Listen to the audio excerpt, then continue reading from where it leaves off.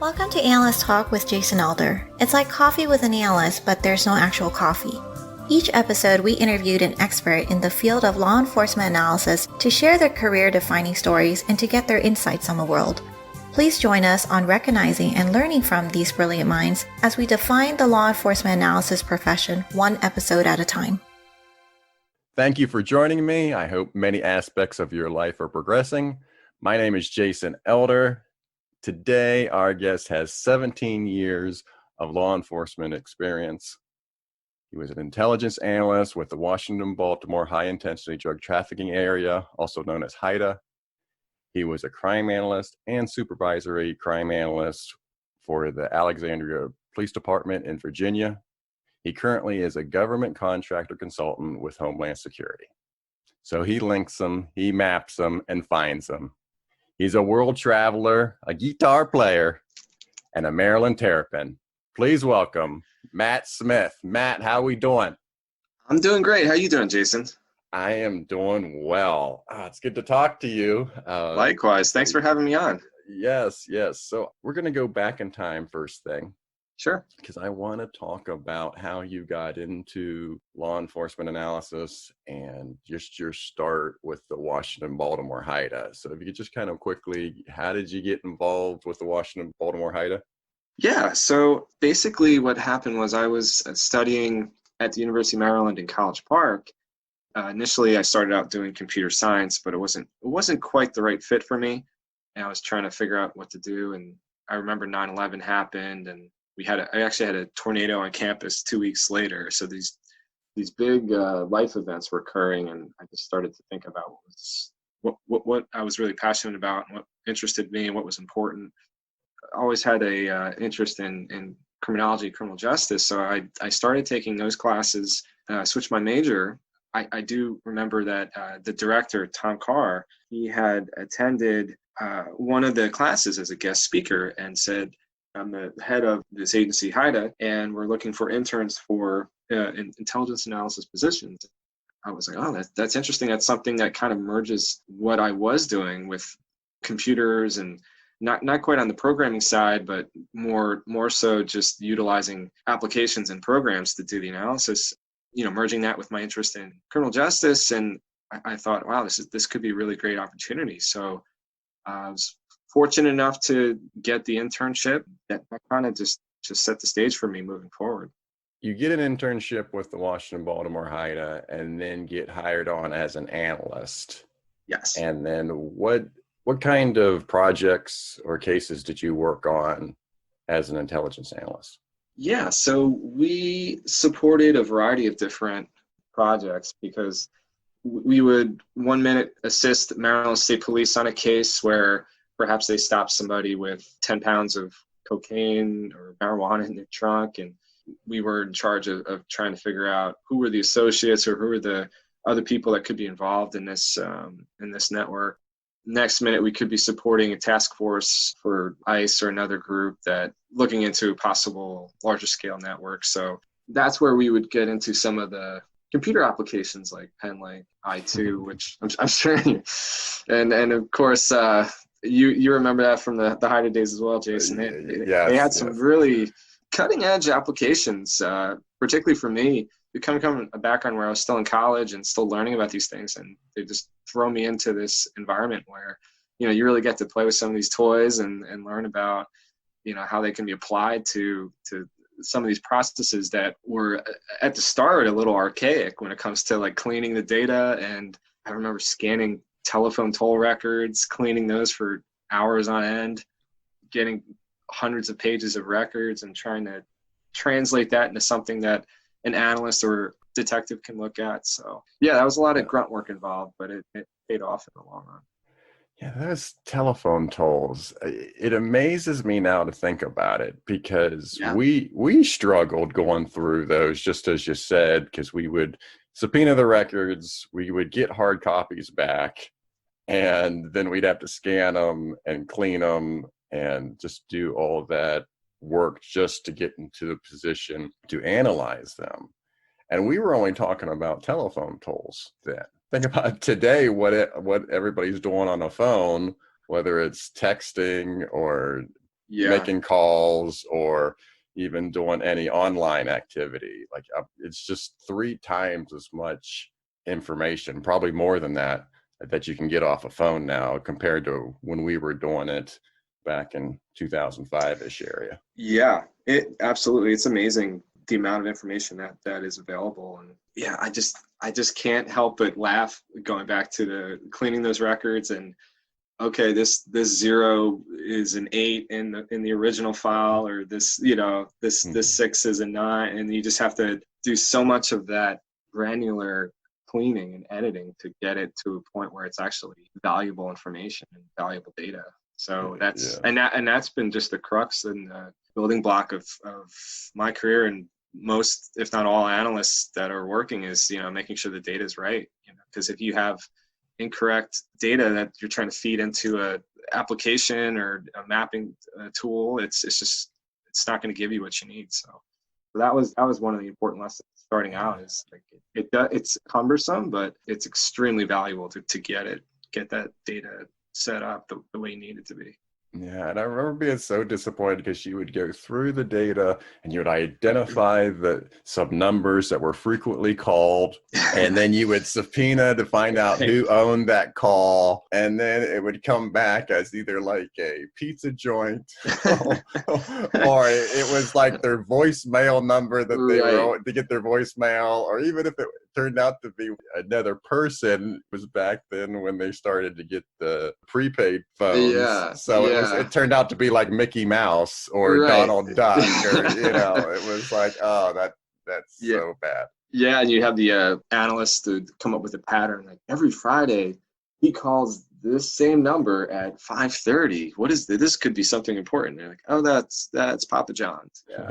Yeah, and sometimes you could get that information by just internet search, but there was time. I remember there was times where you would subpoena, okay, who owns that? Who owns that phone? Try to get as much information about the subscriber to that phone as possible. Yeah, that's a great point, Jason. We ended up doing a fair amount of open source when we could. So when we would do the most frequently dialed lists in Penlink, in an effort to save time, we'd see if we can get some of that information prior to subpoenas. Say, oh, okay, these few numbers are 800 numbers, so you can figure out what those are pretty easily. And yeah, just to kind of move it along for the detective that was working the case that you were supporting, give them something actionable that they could work off of till you get the rest of the blanks filled in. One of the things I really enjoyed about the time spent there is the variety of agencies we got a chance to work with. Like you mentioned, the Maryland State Police, but then we would be working with FBI agents, DEA agents, local police departments. It was just a lot of exposure to us to be able to work with all these different agencies. Yeah, absolutely. And that paid off dividends for me professionally is you meet all these different people, these different departments and agencies, and then you kind of expand your network. You just learn how to move back and forth between these environments, and a local police department doesn't have the same concerns and issues as a wide range federal agency. So being able to kind of work with all these different groups is just really helps to expand your knowledge. So then you leave HIDA and go on to Alexandria Police Department. And now you go from an intelligence analyst to a crime analyst. In the beginning, as you are applying for the job and going in for the interview, was there any apprehension about, okay, kind of trained as an intel analyst, is it going to be really different going into being a crime analyst? Yeah, it's a great question. I felt pretty prepared because I was at HIDA for 3.5 years, as you know. I think our times overlapped for most, if not all of that. During that time, I learned a lot about ArcGIS and doing hotspot maps of, maybe it was violent crime in Baltimore, or on the intel side, or you're working on specific cases. You learn about what we're just saying, analyzing telephone records and creating link charts and Analyst Notebook. Those are all tools that Alexandria Police were either using at the time or were looking into implementing, if I remember correctly. So having those applications already in my background, that really helped to get my foot in the door, because that was something that was important for that department. Is, we want to continue to use these kind of state-of-the-art applications to assist in these investigations. So, of course, as you said, I didn't have that local police department experience at the time, but knowing some of these other tools and how I can apply them to the new records management system and the new database that I was going to be kind of working off of, it definitely helped me to settle in. Yeah, so now you're going from working with a variety of agencies to just one agency, and a very focused, because Alexandria, city size wise, is not very big. What are some of the duties and tasks that you were doing as a crime analyst? Yeah, as a crime analyst, I remember doing the weekly report. We would send that out to our officers, pretty much everyone that was sworn in the department.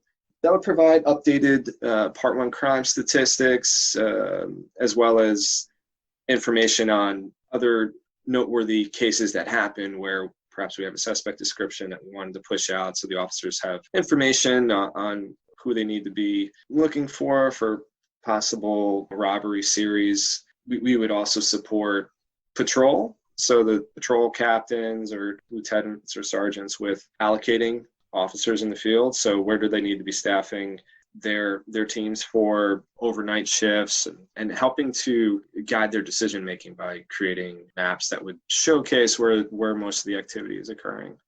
So there's just a couple examples, but it definitely started to shift more into more the intel side, where you would support Vice Narcotics or other groups with specific cases using some of the applications that I mentioned earlier, like PenLink or Analyst Notebook.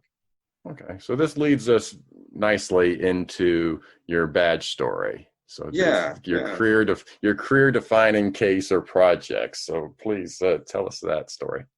So back in December of 2012, there was a couple motor vehicle thefts of police cruisers in Alexandria.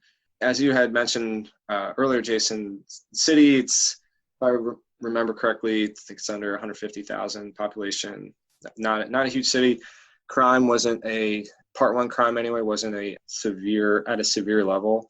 A handful of homicides a year, while police vehicle thefts would be very alarming in any jurisdiction, particularly for Alexandria, where it's a relatively safe jurisdiction. That was extremely a hot button criminal activity. So that took the attention of the department.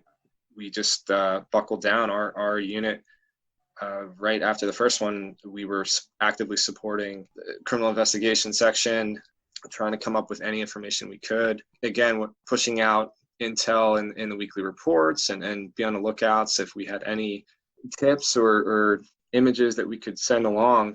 And one of those were, it was surveillance footage from a 7-Eleven shortly before the first theft. I think that was on December 14th, if I remember correctly. Shortly before the two suspects stole the vehicle, they were spotted in the 7-Eleven, and we had pretty good footage of both of them. And one of the suspects was wearing a camouflage jacket. In our records management system at the time, it's been quite a few years since I've been there, so I'm not sure how it is now, but for each of the criminal incidents or calls for service or cases that occurred, there's generally an officer narrative. So in the narrative, it would have details, a good narrative anyway, would have details of what's the person's clothing description and other vital information like that. So what our group did was we searched our case narratives for any instances where the suspect or any individual was wearing a camouflage jacket. So we had to do a couple different searches, searching for the actual words spelled out, searching for just abbreviated like camo. And we came across a case that was 2 weeks prior to that theft. It was on December 1st, and it was disorderly conduct or domestic violence, something like that. The subject was wearing a camo jacket. Being that it's fairly unique article of clothing that you don't come across too often, we decided to get a little more information on that person. He happened to have a criminal history, grabbed his mugshot, compared it to the surveillance image, and it ended up being the first suspect, Corey Yates. And as we were doing that, the bolos that we had sent out that had screenshots of some of the surveillance image, that was also confirmed by other officers in the department. So it was kind of a few different sources coming together at the same time to confirm the first suspect. So now that we had that information, we have one other person to figure out who's involved. So now that we have Mr. Yates, we go into a database called Links, which is Law Enforcement Information Exchange. And that's a web portal that syncs up data from various jurisdictions. Alexandria was sharing their records with Fairfax County and Arlington and other departments in the DMV area.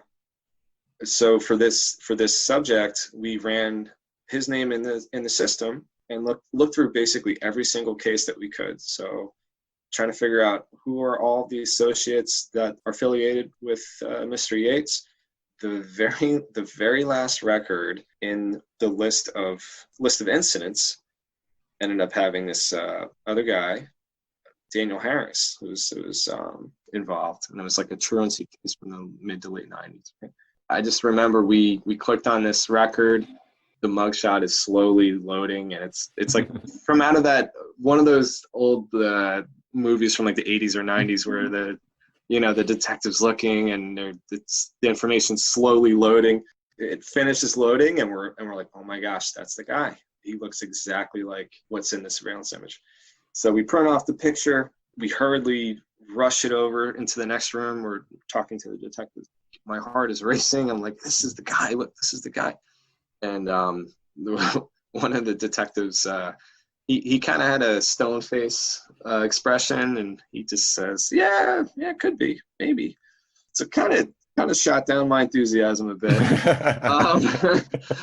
So I sheepishly walked back into the other room, and we're gonna wait and pause on that a bit. But yeah, so long story short, the next day they came to the conclusion that this was the guy. They confirmed looking at pawn history and other things that he was definitely the second suspect. I know that in the first case of the police cruiser theft that there was a missing shotgun and a laptop, which I forgot to mention. So there's also the missing firearms, which was a huge concern. So it was officer safety related right from the get-go. So the fact that we were able to play a role in figuring out who those two were, and they were apprehended shortly thereafter, it was very, very rewarding. And I think it goes to show that it's always a team effort with these major cases, and there's a lot of people involved. And again, I'm just so happy that as an analyst group, we got to play a big role in that case. Yeah. So who were the other analysts? Because you're always allowed to do name dropping on this show because Jason Elder is a name dropper. So yes. Who are the other analysts? Well, I know Carolyn Cassidy is one of them. And I think Aisha Qureshi would have been the second one. I'm trying to remember the timeline because this was back in 2012. I know Carolyn was there, but I think Aisha would have been the second, the other analyst. When you're searching through all the databases, especially towards the beginning where you just have camo jacket, were you using regular expressions at that time? So were you being able to say, camo within 5 words of jacket, for instance? So in case Oh, yeah. Great question. So yes and no. At that time, when we were running that search, I don't think we did anything that advanced. It was more just, let's try the word camouflage, and then let's try the word camo with 1 M. And then let's try to misspell it a bit and see if there's any typos, because that also happens. But there was another tool called uReveal that we were using, which had more advanced data mining and unstructured text functionality. So you could build out a concept that would look for this word within 5 words of that word. Or there was definitely that option. It's just for that particular case, there's only a few things that we were looking for. You find the guy, as you mentioned it with the picture, and they kind of either didn't believe you or didn't take you seriously enough. What changed their mind? So I think it was they basically ran that person in another data. I think it may have actually been the same database, links, because that has pawn history in there. If I remember correctly, again, this was 8 years ago, but I think he had pawned material that may have been stolen from the vehicle. So they basically were able to verify using other intel. So I think it was just a reluctance of, I've been looking at this case since day one. I think it's this person, and I don't know if it was being hesitant that they weren't the person to get the get the win, or to find them. Yeah, exactly. So fortunately, they didn't go on to do something in between when you discovered them and when they went out and arrested them. Yeah. Everybody wants to be the one to find that piece of intel and to make that connection. So it all worked out in the end. As I'm doing these different interviews, I forgot how many different databases you need to have access to as a law enforcement analyst. So it's not just one, it's not like your RMS has every single record that you need. You have different logons within the city that are outside your department. You have county, maybe even state, certainly federal databases are out there. Then you have the commercial databases out there like LexisNexis. It's just mind-boggling. And then I'm just thinking too, then all of them had a different way that you had to log in. So it was always a different syntax in terms of your username and password. You'd have a password with 32 characters, like it has to have 8 special characters, 3 numbers. Yeah, it was horrible. Yeah. And they told us not to do this, but I had to keep a book. Like there's no way. Like like 10, 15 databases that I had to keep track of username and passwords. And if they all allowed you to the same syntax, it would have been fine, right? But they didn't. You just, as you said, some you had to have special symbols, some of them capital letters and lowercase letters, and but I always had to keep a little book because it was just impossible for me to remember all those different usernames and passwords. Yeah. But kudos to Carolyn and Aisha, and she was awesome. Like we had such a great group. And that was one of the best parts of working there and having a small crime analysis unit where you would get to work on literally any case. So you could be helping out on bike larcenies 1 minute, and then the next minute there's a homicide that they need, telephone analysis on. So that to me was one of the more interesting aspects where you're not just siloed into one crime type. And it certainly makes sense to do that when you're at a larger department. But I think that was one of the great things that we were able to accomplish at that department, was being able to just shift gears on a dime and like, okay, now we're looking at the police cruiser staffs. Okay. So, and then once that's done, whatever the next, crime series is, we were able to dive into it. So being versatile and being able to, quickly pivot was very valuable. Yeah, I think there's an advantage to being in a unit too. I think most of the departments that I worked for, I was either the sole analyst or the group of us. It wasn't a unit per se. We were just assigned there. And so we always reported to usually a sworn officer or sergeant. Yeah. It never really felt like a unit.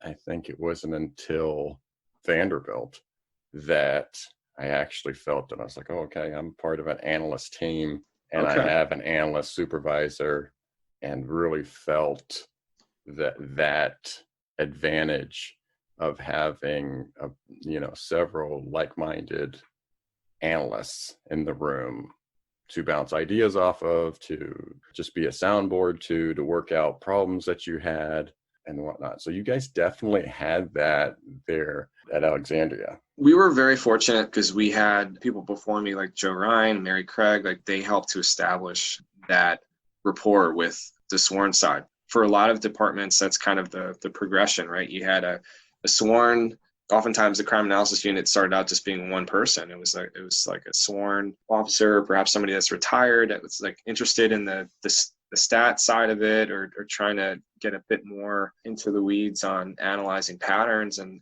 going from there and trying to add a civilian aspect. I know there's, sometimes a little bit of friction there. And when I started out at Alexandria, most people were great, but you would have a couple that were, a bit hesitant to take input if they're more seasoned veterans, and they're a little resistant to change. But I think acknowledging what a civilian or, an analyst in general can provide, it's a lot of times it's a show and tell kind of thing, where my first year at Alexandria, I was constantly trying to win people over.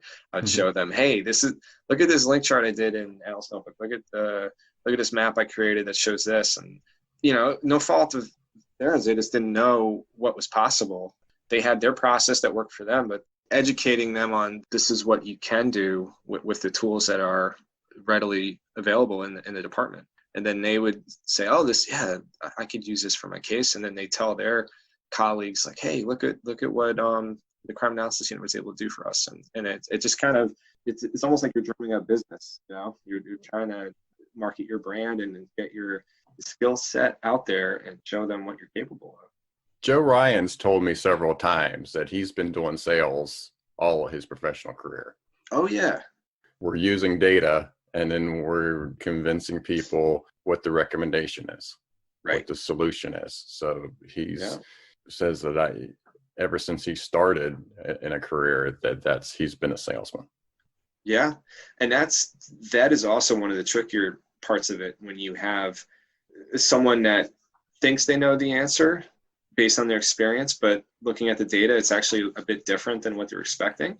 So then you'll, as an analyst, I've had that a couple times where you're presenting results to them and they're like, that doesn't line up with what I was thinking that was going to be. So, also trying to circumvent that and prove your case. So, but on the flip side, times where I personally have looking at data and I thought I had an answer to a problem, and the officer's like, well, no, that's kind of like an outlier. You shouldn't really be including this specific instance in your analysis. So I think having that combination of the number crunchers, the geeks on the back side, and then officers in the field that are really knowledgeable about the day-to-day interactions, like it helps to paint the full picture. Well, you mentioned stats and you mentioned show and tell, so I think that's a good way to segue into the CompStat portion. That's a lot of what you were able to develop and get a general understanding of the CompStat process at Alexandria. So just, it seems like everybody had their different flavor of CompStat. It's always funny, like when I'd ask the different police departments if they have CompStat, it seems like majority of the time they're like, well, yeah, we have CompStat, but we have our own version of CompStat. Exactly. Like it was like they wanted to somehow soften the blow or something like that. Like it's just like, it's like we only do what we think is the good part of CompStat. Like it was so funny because it's just like there had to be this justification part of their statement. Right. Yep. Yeah. And I was fortunate enough, between working at Alexandria, we visited a couple other departments. And then at my next current job, supporting Homeland Security, I got to visit other police departments and federal groups that were doing their own version, like you said, of CompStat. Yeah, it is kind of like an a la carte environment where departments want to adopt CompStat, but they also, like you said, they want to make it their own. They want to adapt it to their specific setting and their environment. In my experience, they want to understandably so get their department on board with it. So I think there may be some resistance to it if they were to just take a model from NYPD and just throw it right in their department without changing it, without modifying it to fit their needs. So at Alexandria, it was constantly changing. We're always trying to improve it. So the tempo, sometimes we'd have it every 2 weeks, and then we shifted to like a month. The format would change, where we would start off with maybe just a few of the main discussion topics that were relevant. We tested out different dashboards that we were showing. It was certainly a fluid process for us.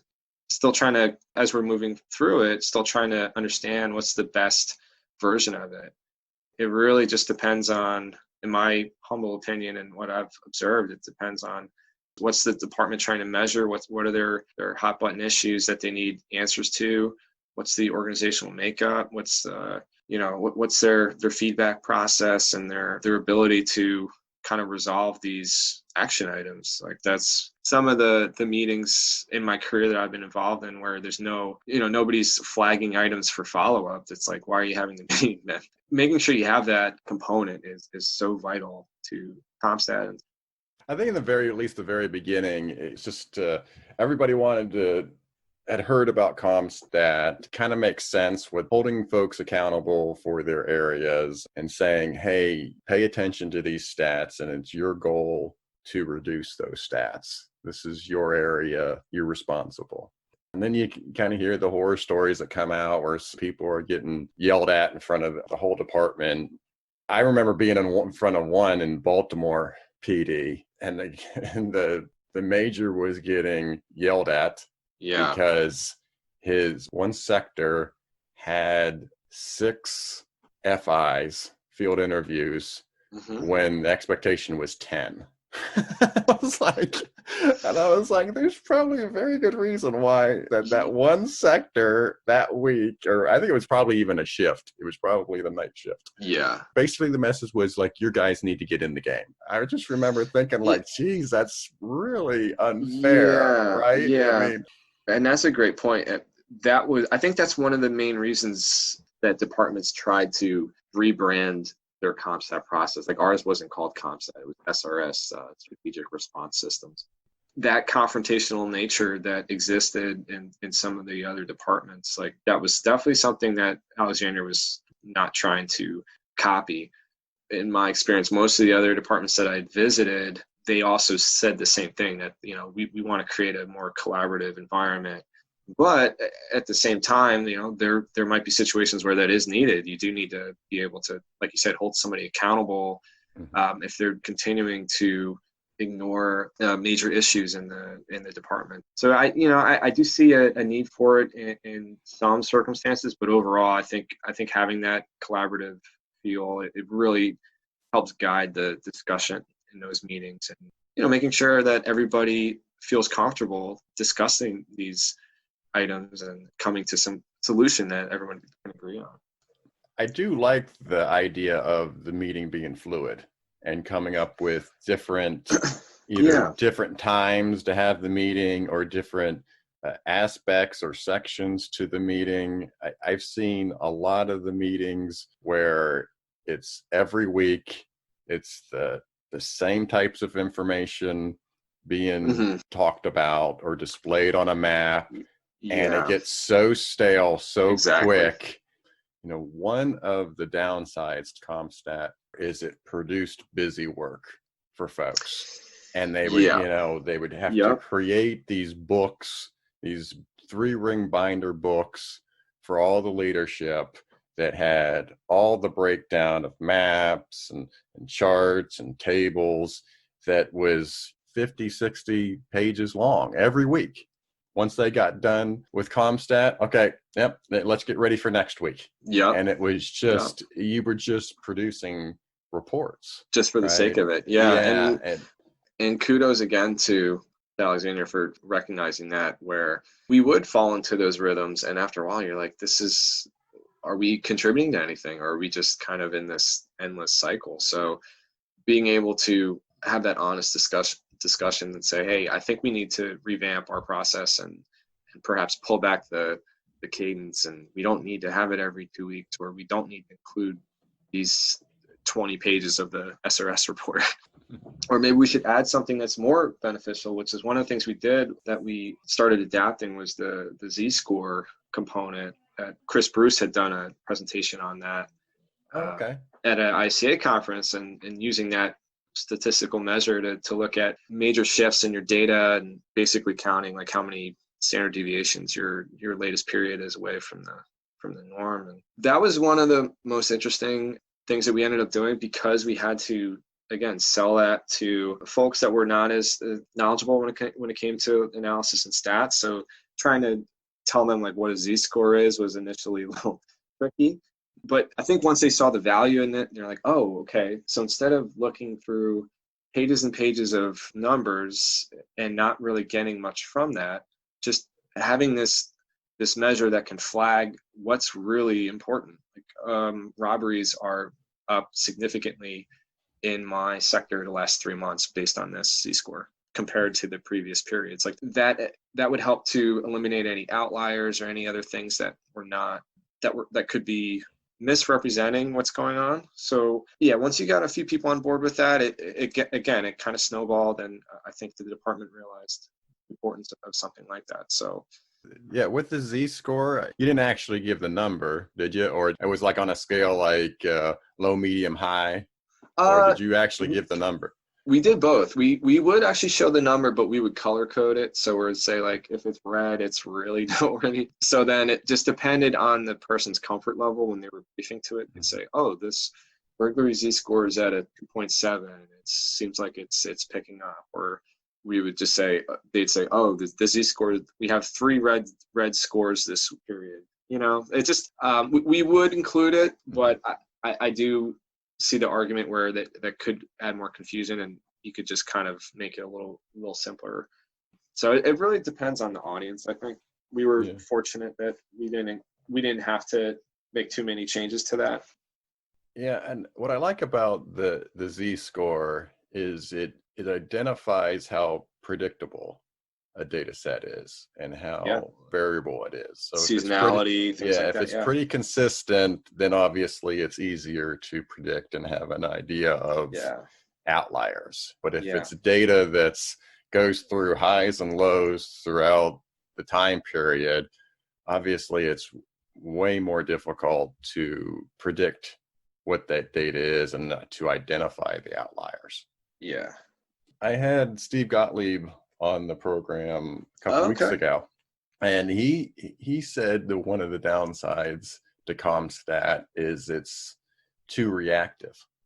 It's only looking at the past that you really can't do anything about, and then it should be focusing more on what to do next. You kind of mentioned it a little bit when you said, hey, there was no follow-up, so why did we even talk about it?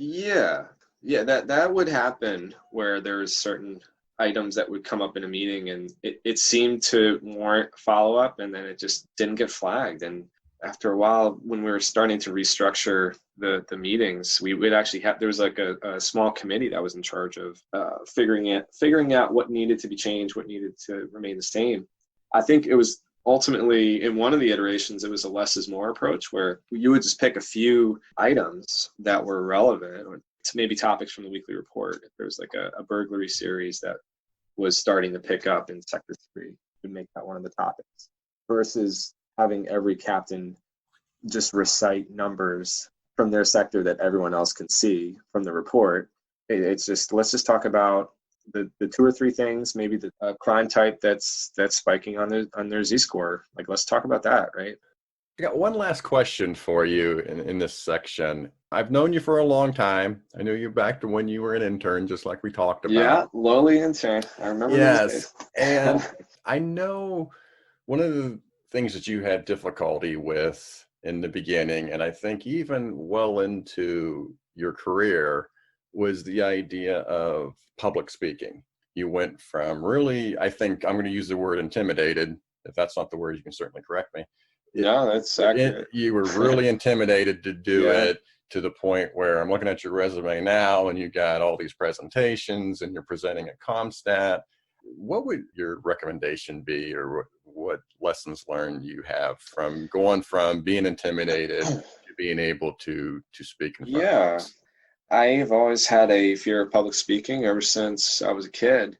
And I remember one class in college, we were going around the room. It was maybe 12 people at a table and just reading, I think it was like a line from a book or something. And it was an exercise that I've done in class so many times before. And I remember it was starting to come around to me. I think I had to read maybe 3 words out loud, but I was like, my throat was getting dry, and I'm like, oh my gosh, I have to read. And I just felt this sudden anxiety, and I pushed through. that, but it just really startled me that I had such a anxious reaction to something that everyone else seemed to be able to do okay. After that, I remember there were other times where I'd have to speak in public, maybe in a college course, and I'd try to figure out a way to get out of it and tell my teacher, say, you know what, I'm really nervous about speaking in public. Like, is there something else I could do? And like you said, going into my first job at HIDA, I was very apprehensive of any times where I'd have to do a briefing. And it came to a point where I just said to myself, I need to do something about this, or else it's just going to impact my career for the rest of my life. I took a Toastmasters class. Are you familiar with that at all? A Toastmaster? Yeah, class? It's called Toastmasters. It's a club that I think it's nationwide. It's for public speaking, and basically anybody that wants to improve their public speaking, I can't say the word speaking, they can attend these sessions. It was very welcoming, and I felt very comfortable going there. I only did it maybe 2 or 3 times, but it was enough for me to realize that there's so many people out there that feel the way I do. I would go to these sessions, and you just have to go up and introduce yourself, talk for a minute or two. And I was okay. I didn't have too much anxiety at that time, but there were other people in the class that were really having trouble, like I've had in the past. So being able to be in that environment and realize that there's so many other people that are wrestling with that and have that issue, in a weird way, it was, I don't know if comforting is the right word, but I can sympathize and empathize with them. And from there, I just told myself that I'm not going to give myself the out or the outlet to escape it. The next time I had to do a presentation, I said, I'm going to do this, and it might be horrible, but at least I did it. Taking away the option or trying to find the way out and just saying, I'm going to steer forward and hope for the best. That was like one of the biggest steps for me. And looking back, I cannot believe that I've actually presented at IACA and some of these things I've done. And I've still had a couple bad experiences where I had a presentation a few years ago that didn't go well, and I got really nervous and remember my throat clenching up. At the end of the day, I'm like, you know what? I'm going to do the next one, and it's probably going to go better. just learning from that and realizing that everybody has their fears and their hangups, and just making sure that it doesn't control you and own you. The big takeaway, at least that I got from it. So that's a great question, Jason. You mentioned you mentioned taking comfort in just knowing that you're not alone. I often have the saying, if I'm not alone, then I'm not afraid. When I found out that I don't know something that I should have, well, if there's other people that didn't know it either in the group, then I don't feel so bad, because I just don't want to be the only one that didn't get it. Totally understand where you're coming from. So let's take a break. When we come back, we're going to talk about your awkward celebrity encounters. We're also going to take a little different spin on quick queries. We'll be right back. This is Analyst Talk with Jason Elder.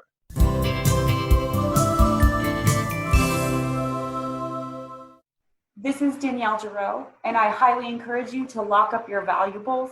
Don't hide anything under a jacket or a blanket in your front passenger seat, behind your front passenger seat, or on your rear seat.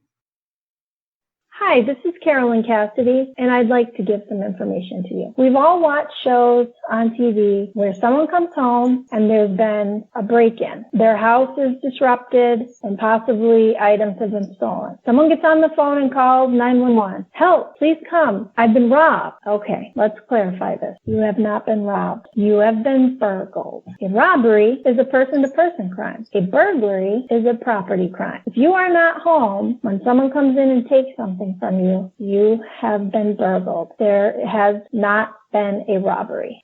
Hashtag, you were burgled, not robbed.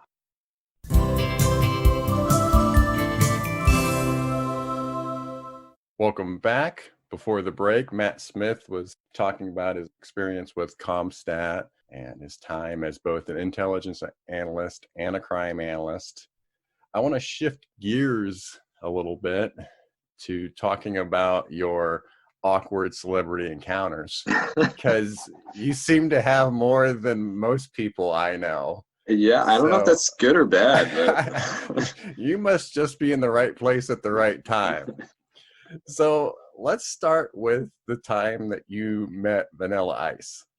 okay, sure. So this one, I think this was back in early 2000s, maybe 2002, 2003. I was living in Baltimore at the time. My roommate and I, we were walking around, remember Power Plant, that section where there's like restaurants and bars right near Yeah, the Power police Plant department? Live. Yeah. Yes. So there was a Tex-Mex place there. They had one of those dry erase boards out front. I don't know if you've seen the movie Spinal Tap, but there's a classic scene in the movie where the band is kind of on the downswing and they're at this it's like a festival where the marquee has puppet show at the top of the marquee and then Spinal Tap is underneath puppet show. So they didn't quite have the pull that the puppet show did. Yeah, they weren't the headliners. They were not the headliners. So this Tex-Mex place, they opted for the half-price chicken quesadillas were at the top of their dry erase board. And then underneath the chicken quesadilla special, it said Vanilla Ice guest bartender. So I did a double take and I said, I feel like this is a joke that Vanilla Ice guest bartending is the second most interesting thing occurring here. So naturally, we decided we have to go see for ourselves and see if this is true. So we walk in there. Vanilla Ice was guest bartending. So they went all out. They had some ice luge thing for people to have drinks. I don't think I partook in that, but they did have a line for meet and greet. So I was like, okay, get in line. I walk up to him finally, and I think I maybe called him by his first name. Hey, Rob, nice to meet you. Can I get your picture? And he's like, sure. I'm going to pretend to choke you. Is that okay? And I'm like, okay, sure. So there's a picture of me, and I look like I'm getting strangled by Vanilla Ice. Purely joking, of course. He was a very nice guy, but it's a funny, just a bizarre picture I never thought I'd have in my possession. So every few months or so, that comes up, and I'm like, I need to show you this picture that was not photoshopped whatsoever. So why was he bartending? Was it for charity or something, or what was he promoting? I think he was just promoting himself. I think he it was right before he started to have his resurgence, and he's had some of those reality shows where he started to become a little more popular. So I think I think it was just his way of to have a paid appearance at random places. So, I gotcha. Yeah, the planets aligned for that one. That was a good time. Okay. All right. That's great. Can I choke you? Like that's. Can I? Yeah. That one I was like, I have to get a photo of this because this is just never gonna happen again. All right. So the next awkward celebrity encounter I want to talk about is that you were in the movie Die Hard, Live Free or Die Hard. That is correct. And that was, I believe, came out in 2007, and it was filmed in Baltimore. Right. It was filmed in Baltimore. That's right. Which part was, and you were one of the extras, correct? That is correct. Yeah, they my friend Scott had done some extra work in another movie that was filmed in Baltimore, and he wasn't able to make this one, so he kind of sent it my way. I called the number. And they said, yeah, we're looking for extras. I gave them my information. And it was basically this, in the movie, there are terrorists that are dismantling the electric grids and shutting down all the power in the city. And I think it's supposed to be DC. Part of this this big crowd scene where we're all kind of chanting, like, turn the power back on or something like that. So we're standing outside in Baltimore doing this for a couple hours, and they're setting up the lighting and getting all the cameras set. So finally, I want to say 3 or 4 hours in, Bruce Willis is walking through the crowd for the first take of his part, and he's got fake blood on his on his head, and he's holding up his badge, and he says, NYPD, get the blank out of the way. And everybody. Except he didn't say blank. Right. This is a family-friendly podcast. I think. You could be explicit. It's fine. So the crowd suddenly just stops, and everybody's just staring at him because he's Bruce Willis, right? The take just is a disaster, and the assistant director is in his megaphone, and he's like, "Will everybody please stop staring at Bruce Willis?" And so they had to do a couple more takes of that. And I just remember after one take, Bruce he walked over to the director, the assistant director was like behind my shoulder, so he was maybe 15 feet away, and he's like, "Was that a good take?" Thinking to myself, what am I doing right now? Like, why am I here? This is such a bizarre set of circumstances that brought me to this place, but it was another really entertaining diversion for me. I think I got paid about $70 or $80 for that. Oh, that's pretty cool. Now, wasn't there somebody there with either a cell phone or something recording the take? Bruce Willis saw them and said, "Please don't record, sir," or whatever. And it was like a guy like standing right beside you, right? So you actually thought that Bruce Willis was telling you right. that. That's right. I forgot about that. Yeah. They were very keyed into that. So I was just trying to hide out in the background and not stir up any drama. So. Do you actually have a scene in the movie? Can you see yourself in the movie? If you were to watch that movie, they have a couple almost like helicopter or drone shots of the crowd, and yeah, you can't make me out. I'm an ant on the ground. Like, you can't see me. Yeah, but hey, I have the memory. That's all. There you go. I'll have to search your IMDb. Yeah, record. Exactly. Right. So, all right. Well, the last awkward celebrity encounter I want to get to is going to be my favorite.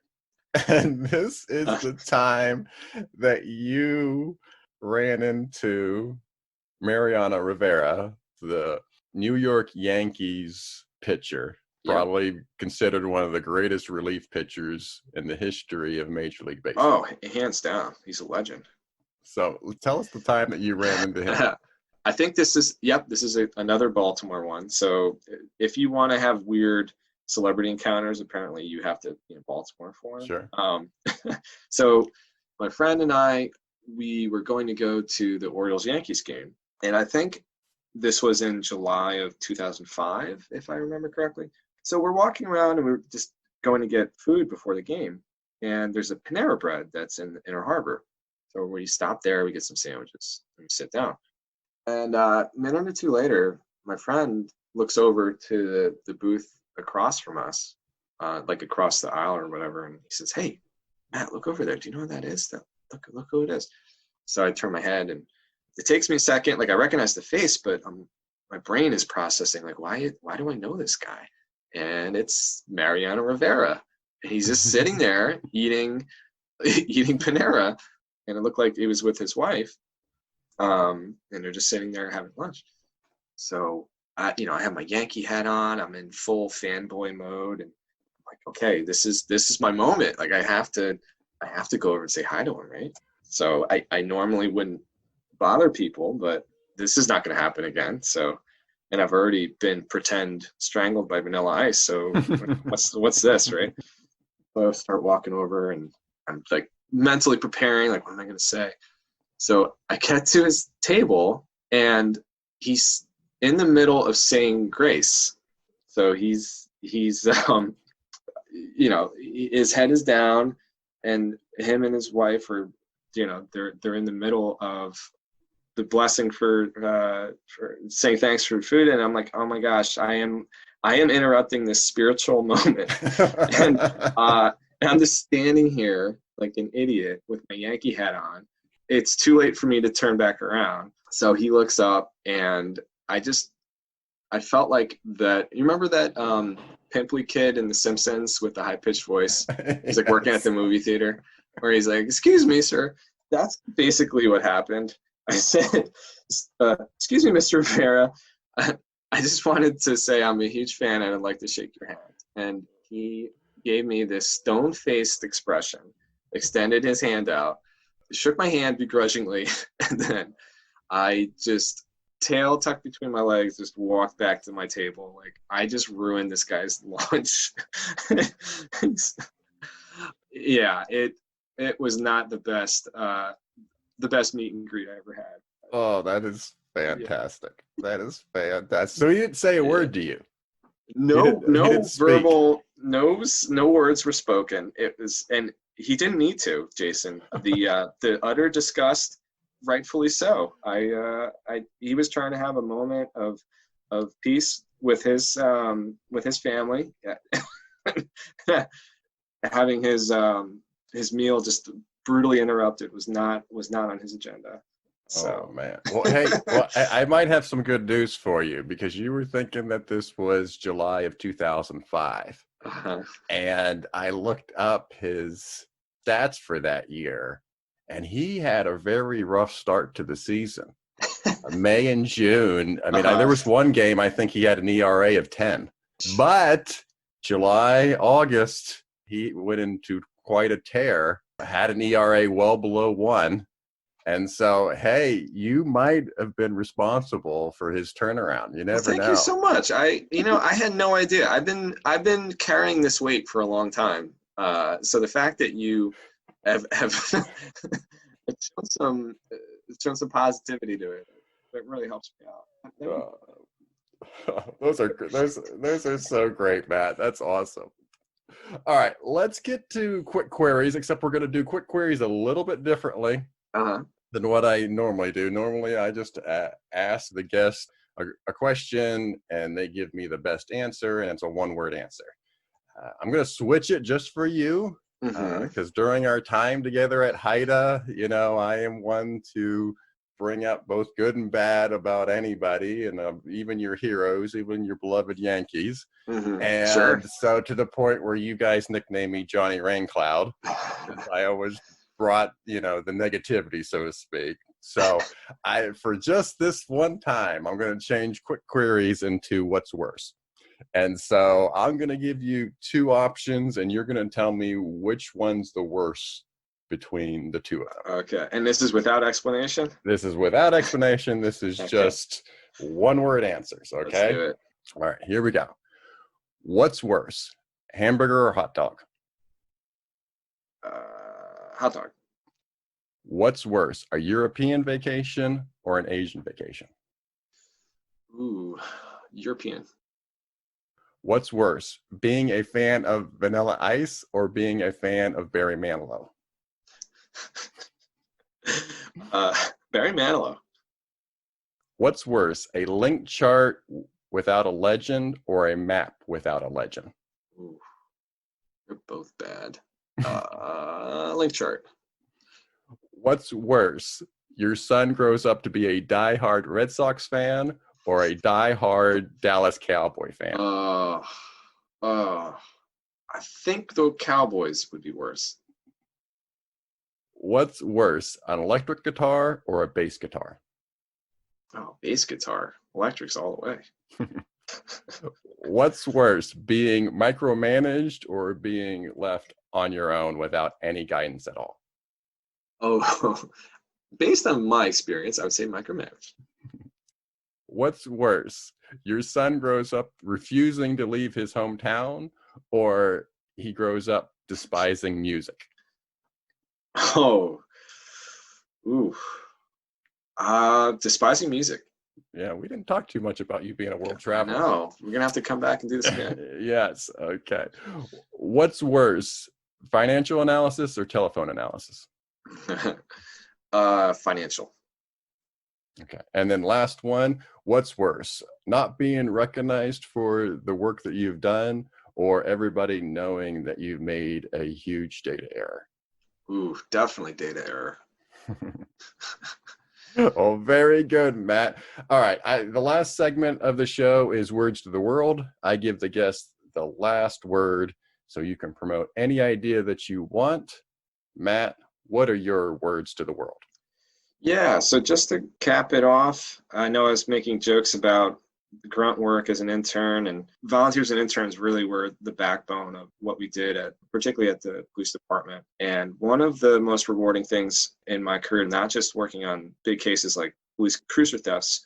It was also helping to guide folks that were interested in the field and helping to get their foot in the door, because I was there once. I needed people to help me along, like Jason and Joe Ryan, right? Just putting yourself in a position where you can, I don't know if role model is the right phrase, but just that guiding light for them to say, hey, this is a dream of yours. This is something that's really important to you. And just been so fortunate to be able to offer that to folks that had no experience in crime analysis. There's one guy that he owned an aquarium shop, and he had no prior experience in law enforcement, but it was a dream of his to get involved with crime analysis, and recognizing the passion that he had and the drive.